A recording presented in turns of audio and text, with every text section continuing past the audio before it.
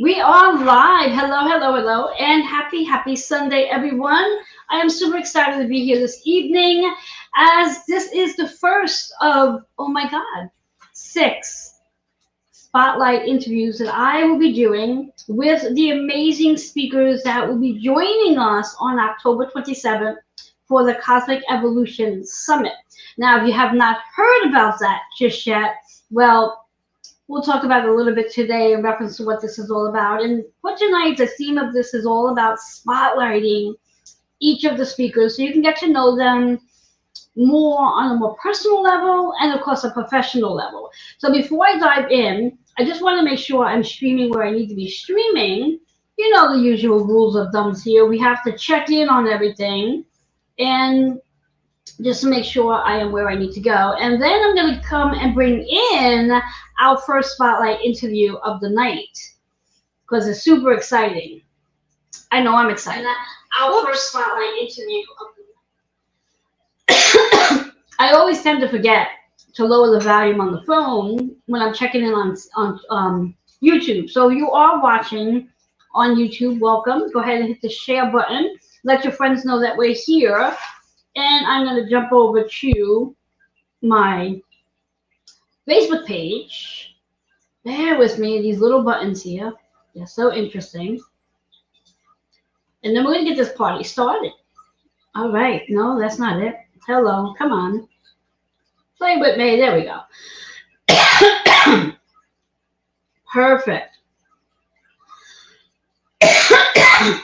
And of course I have to cough. It would not be a show unless I'm coughing. Isn't that how it works? I think so. All right. So here we go. So once again, for those of you who are just tuning in right now, welcome, welcome, welcome. You are now watching the Spotlight interviews where I will be interviewing one speaker over the next 7 days. There will be a speaker each day that I will spotlight and share stories with, but they're going to share stories with us for that matter. And tonight, starting it all off, kicking off the night with our amazing Kitty Foss, or should I say Kitty Buiteweg Foss, who you all know as the storytelling astrologist. Let's bring her in, add her to the stage. Here we go. Yay! Hello, Kitty. How are you? I am well. Thank you, Joanne. How are you? I am doing amazing. I was actually telling Kitty just a little while ago before we came live, just to be transparent about things, although she and I come and play all the time together, that for whatever the reasons were, tonight I'm a little nervous. And she reminded me because this is something new that I'm doing where it's not going to be about her and I having a conversation about astrology and numerology. It's really going to be about her having a whole lot of fun. I'm super excited for that. So Kitty, how are you today? Are you excited about this?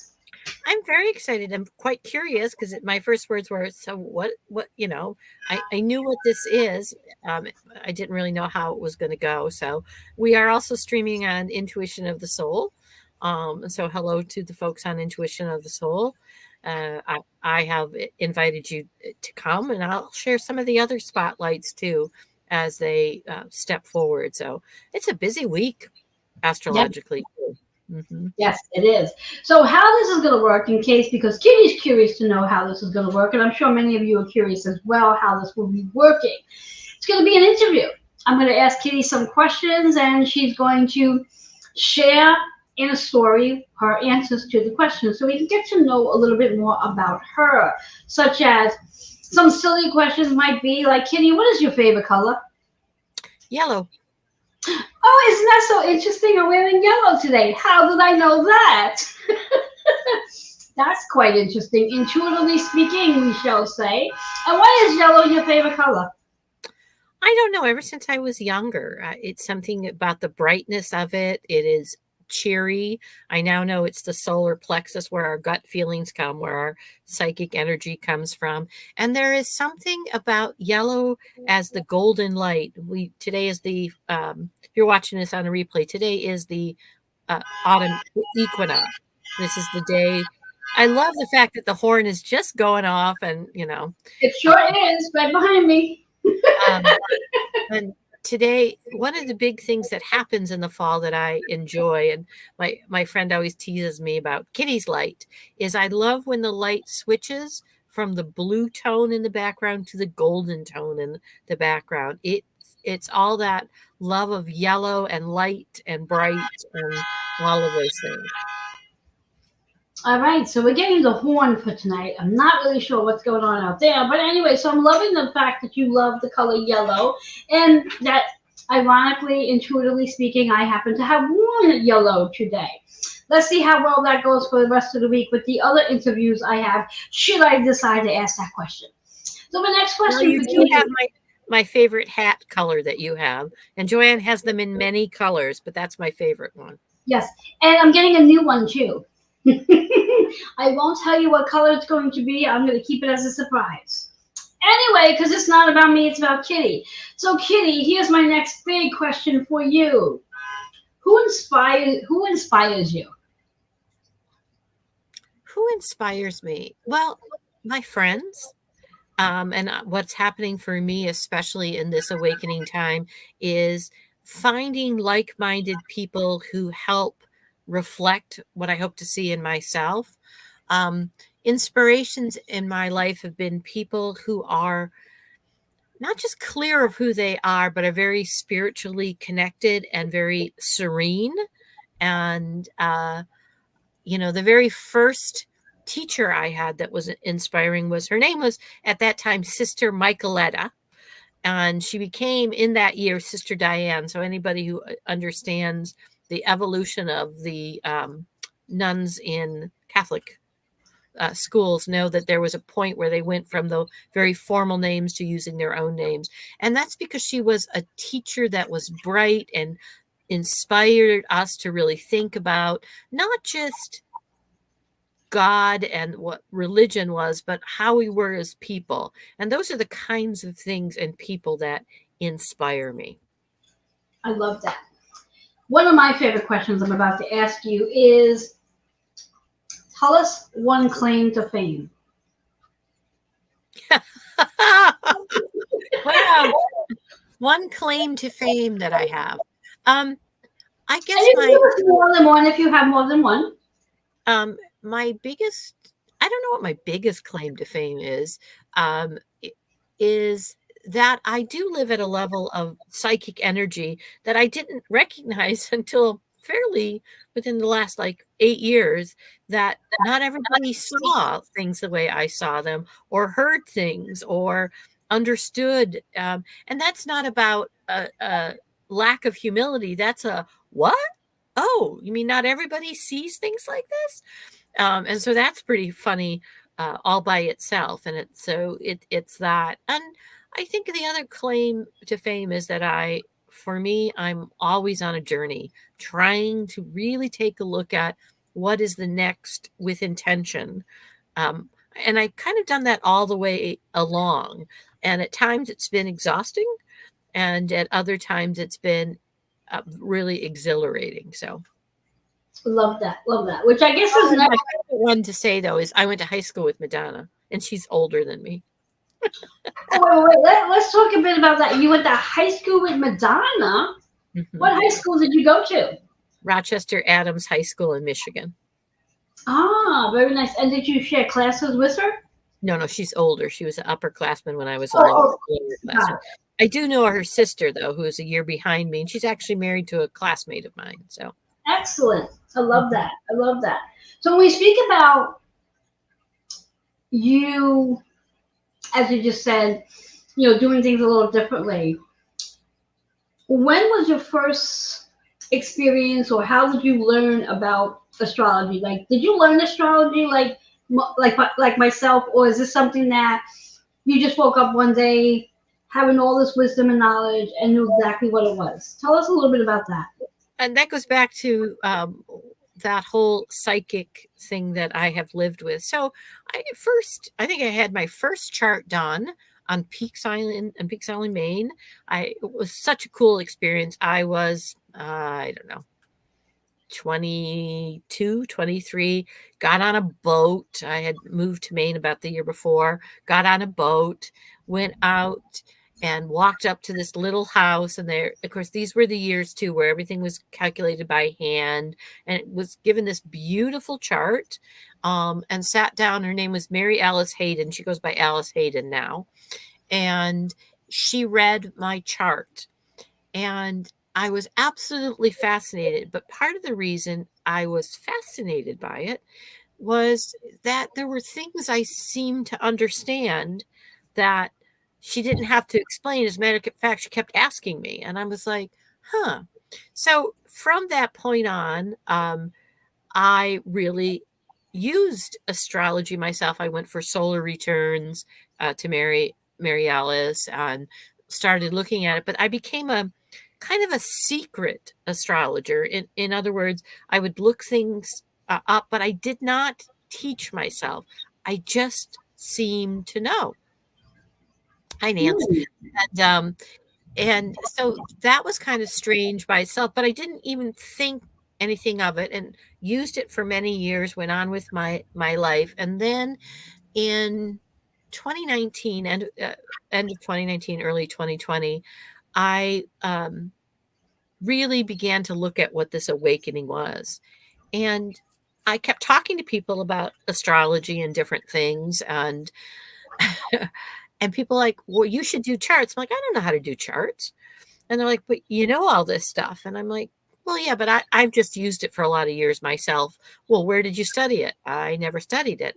And I came to understand that I had, it was actually from a soul reading by a lady named Beth Ann Fisher, um, who said, you have a structure that's built in that you need to use. And I knew right away it was astrology. And I have never formally studied astrology. I just know things. And sometimes it's not that I don't look things up, but I understand. And that's when I started to realize that I had constantly this other voice. And the more time I spent in astrology, the more I clearly could tell the difference. But that voice had been with me for many, many years. That's the psychic piece of it. And so it's called a prescience, spelled the word pre-science is how it's spelled. And it's just a knowing how, understanding, knowing pieces. Now, there are some structures I've learned about, and they're more to support what I already am doing. But again, it was a prescience. It was something I was born with and understanding. Nice. I love that. So, would you call back then, not now, obviously, but you were in what they call an inner closet Oh astrologist? yeah, I almost called myself the reluctant astrologer because, and actually one of your uh, other speakers that you'll be spotlighting, Sandra Pelly, said one day to me, and also with my good friend Amy Martin, said, would you just call yourself an astrologer? I'm like, no, no, no. I mean, they have training, and they're like, but you know this stuff. You're able to do it. You're able to look at a chart. You're able to read it. You can have conversations with astrologers who there's no reason why you know this. And I'm like, oh. So that's how I became the storytelling astrologist. Exactly. Because again, it's the wisdom that gets downloaded.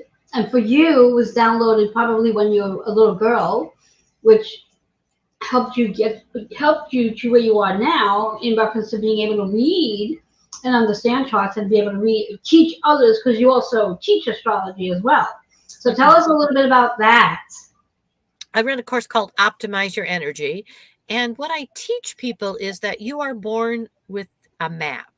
You had a bus stop conversation where you kind of bargained for things that you wanted to learn about or accomplish or be a part of in your life. And that is the story. And in order to be the hero of your own story, understanding some of the tools you brought with you, some of the actors, the play, when you're talking about the story, who are your protagonists, your antagonists, who are supplementary players, who are kind of always in the wings, because there are some energies, especially in my chart, that are always in the wings. And so I teach the course so that you look at your own chart. I'm not here to turn you into an astrologer. I'm here to have you really take a look and explore your own chart. Now, if you wish to take it farther, that's completely um, for you to do. And it's also to create a support group of people who are interested and who can talk about astrology and talk about what it means to them. We meet monthly to just look at the transits of the month. What is happening just in this month in just your chart, and learning to take a look at it so that when things feel kind of on the side for you and you're not quite sure what the next chapter is or what's happening on stage for you, take a look. It's one of the ways that you can help. It's a tool that, if it resonates with you, that can help you step out of your human manager, which is what I call the ego, and really take a look at what other energies may be having a conversation, and really sit there with that human manager. I call mine Kitty Lee. And kind of say, what are we trying to accomplish here? Because I am here for a human experience. So it's not to shame or so. One of the things I learned in this prescience is accepting that part of me has really helped me accept the other parts of me that manage that. So I love that. And that was a really great gateway to my next question. The next question is, if you can spend 30 minutes with a celebrity, who would it be and what would you talk about? So can I ask you to define celebrity, or can I just pick famous or well-known? Whichever you prefer. And it could be both. Probably, I would have said at one time Jesus Christ, but I think at this point I would say Mary Magdalene, the divine feminine, to talk about what it is that she and Jesus created together. And of course, that poor woman's story has been so destroyed and literally had to have the church apologize for doing that. I would just, because I do believe this is the birth of the divine feminine, and I believe she's a great leader in that because she has the insight. She is the feminine of that embodiment of the Son of God, the daughter of God, the yin and yang of what human evolution is to be, the ascended master. So that's who it would be, Mary Magdalene. All right. I love that. Let's see, which question do I want to ask next before I go further? I have a story that goes with that Mary Magdalene piece too. If you want, is it a long story? No, I can make it short. Okay. Go for it. Let's hear it. We want to know. So when I was in first grade, I went to a Catholic school. We had to act. And I was chosen to be Mary Magdalene. And I was supposed to say some lines, and, we were first graders. And I remember to this day, what I said came through me. And I'm quite sure it was Mary Magdalene, and how, so much so that the teacher, who was a sister, her name at the time was Sister Ethel Joseph, took me to all these other rooms for me to play this part. And I just kept, and I remember the energy that came through. So love that. Love that. So what is one thing about you that no one knows about? No one knows, which would probably mean I don't know it either. That's not possible. You have to know. There's got to be something about you that as of right now no one knows about, and once you share it, we're all going to know about it.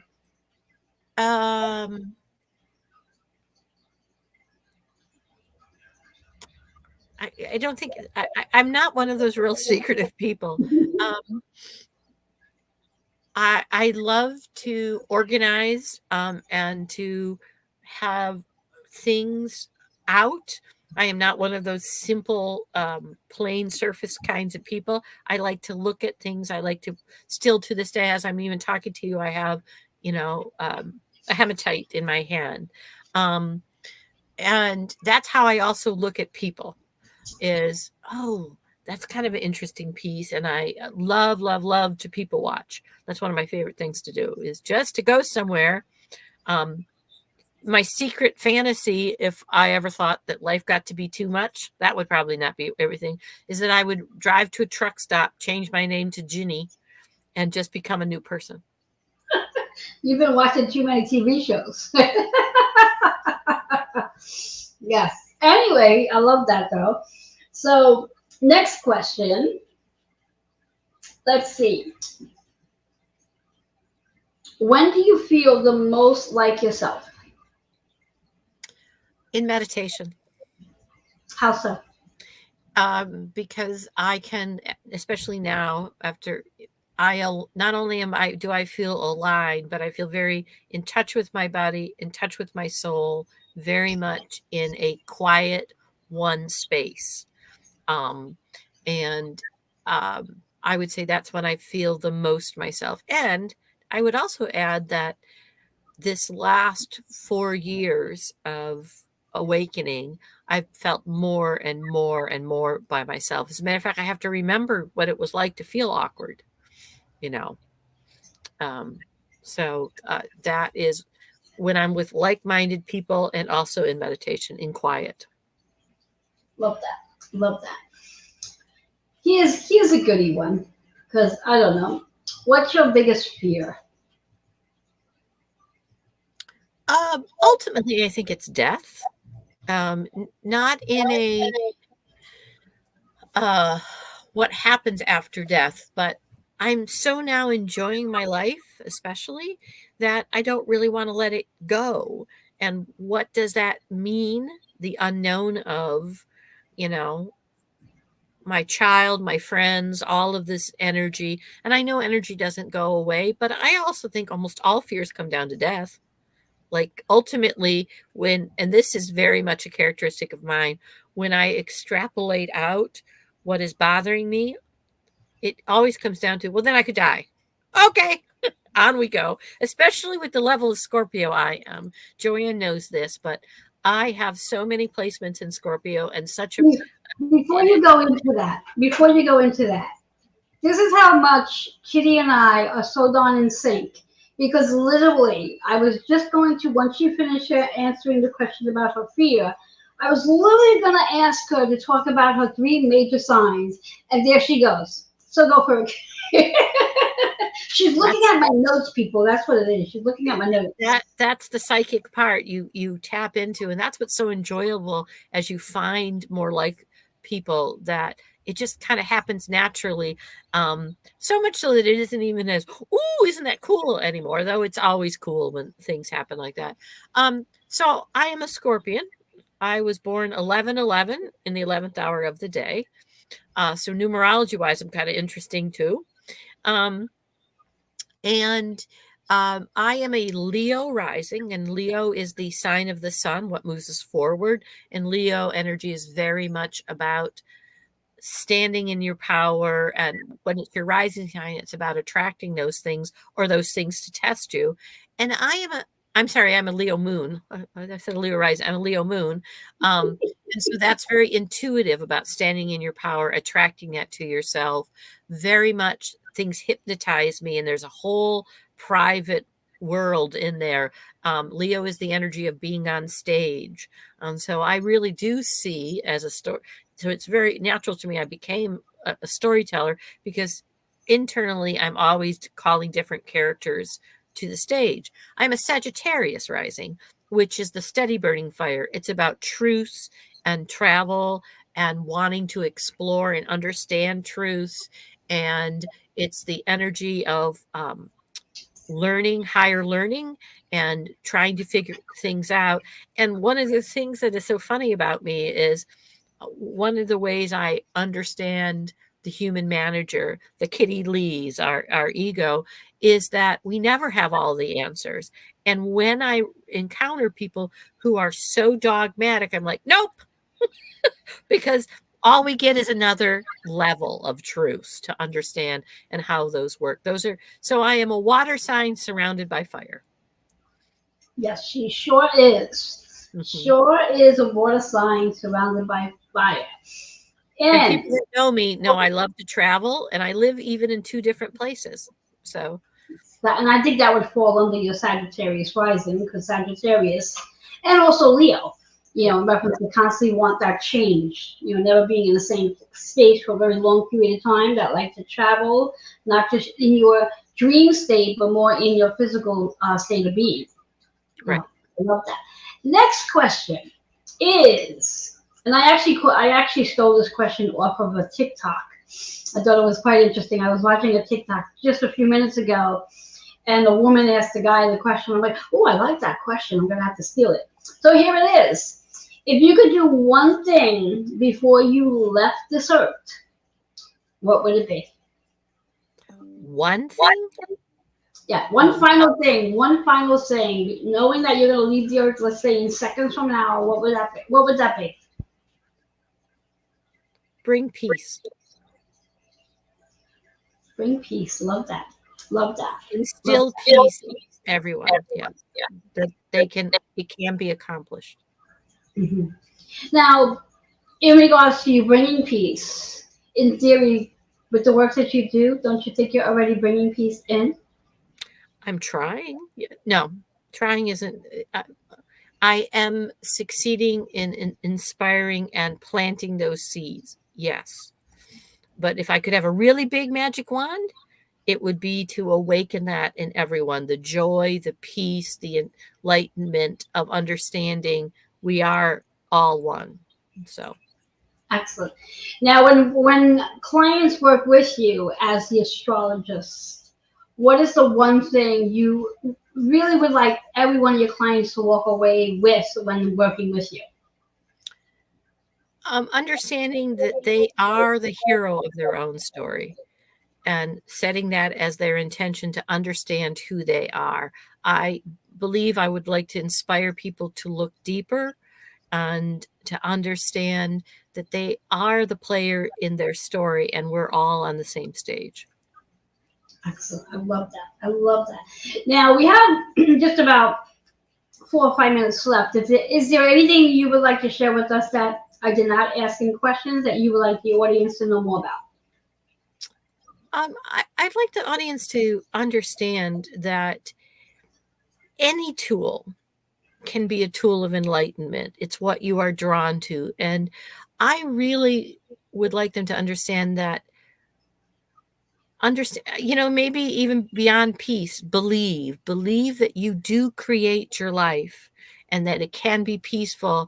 And sometimes when you find yourself in that limiting belief, that's why I believe knowing your map is very helpful. Your story, the outline, let's call it the outline rather than the map of your story, is that, I even find myself saying that, I can let that go. I can actually believe this will all work out and that we can do this. One of the things I think I told you, Joanne, is whenever somebody talks about Neptune and the first thing they say, delusions and suffering, I'm like, why do we go to what is the denser expression of energy versus the expanded expression of energy? And that's not to say it doesn't exist. It's to have mankind learn to let go of, we have to limit ourselves. We can be limitless beings. Well, I think the answer to that question for you, in regards to why you most go to the denser part of that question, is it's easier to be in the drama, and it's more challenging to do the work. And when we think about the Neptune energy, if we are willing to approach the energy of it, it's like, okay, moving through the evolution. And we both know that doing this work is work. It's work. It's work. And I'm hoping that if you come to the symposium, my piece, we're going to be talking about that we are starting a new spirit cycle for the next 100. We are ending a 164-year cycle. By the way, 11. Just saying. And that we're starting a new one, a new understanding of spirit, a new understanding of where we can be and how we can be together, looking at that expanded energy. So. Yes, and of course, for those of you who are not familiar with the number 11, Katie, can you share with them what the number 11 means for you anyway? The number 11 is the first of 3 recognized master numbers, and it is all about the teaching. It is all about the healing. The way I like to explain 11 is always about, it's the end of the cycle, and we come to 11, one falls away, one remains, and it's always the choice in the transformation. So yes, excellent, yes. So for everybody that is sitting at the edge of their chair and excited to learn about Kitty, I want you to circle the date, October 27th, which is when the Cosmic Evolution Summit is going to be taking place. Kitty will be speaking for 1 hour. There will be time for Q&A as well. So those of you who have already reserved your seat on the Zoom call, and if you have not done that yet, you can always reach out to me or to Kitty. Her email is sitting at the bottom, and you can definitely reserve your seat for that day. She will be speaking from 12:30 to 1:30 p.m. Eastern Time on the 27th, sharing more about what she does and giving a lot more insight to all the work that she's going to be sharing with each and every one of you. So, it's Kitty, a very, very exciting time coming, guys, in this next year. It's been an exciting time, exhausting, all of those things, but this is quite the evolutionary period of time, 2025 to 2026. yes, yes, and with the knowledge that Kitty brings to the table as a storytelling astrologist, the understanding of astrology, I sat on both sides of the table as a student and as the medical astrologer teacher. And I hear from many, many people who find astrology to be very challenging, so challenging at times where they actually decide to discontinue their study of astrology because they get frustrated with astrology.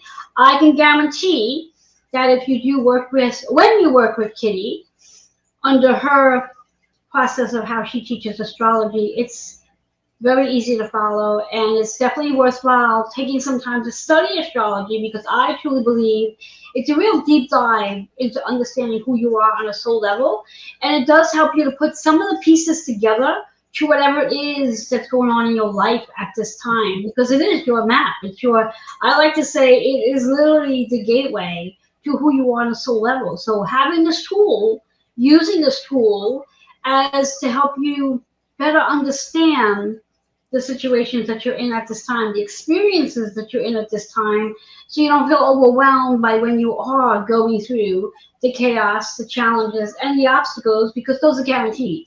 You're going to go through them.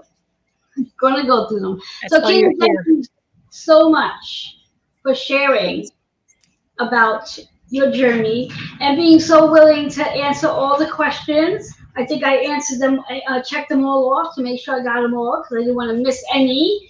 And I appreciate you being here tonight to share. So I'm just going to see if I can decrease my screen. Oh, there we go. There we go. Look at that. And again, for anyone who is interested in reaching out to Kitty, her email is sitting at the very bottom there. You could definitely reach out to her. You can also find all of her information on my website, which is Holistic Fitness and Why. Just go there, look her up, and remember to circle your calendar October 27th from 12:30 to 1:30. She will be speaking, and her topic is quite interesting. Can you remember what your topic is? No. Her topic is, I signed up for this. Oh, yes, now I remember. I signed up for this. I did. I signed up for this, and this is about what's coming north.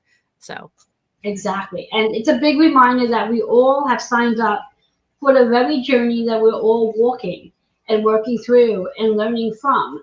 So when you sit there trying to figure out what the heck, just remind yourself, and this is something Kitty and I laugh about all the time. What were we thinking when we decided to take on such an agreement? What were we thinking? What were we thinking is the big question. So thank you all so much for being here with us tonight. I will see you back here tomorrow night at 8 p.m. Who do I have coming tomorrow night? 8 p.m. Eastern Time. I have Tammy Moses.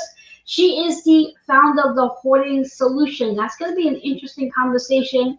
So find out more about her personally and professionally as well. Until we meet again on the other side. Have a great night, everyone. Thank you again, Kitty, for joining us and sharing your wisdom. thank you, Joanne. Thank you. I see we have a comment. Let me just check the comment out before we disappear, as I just opened up the page. Nancy Nance.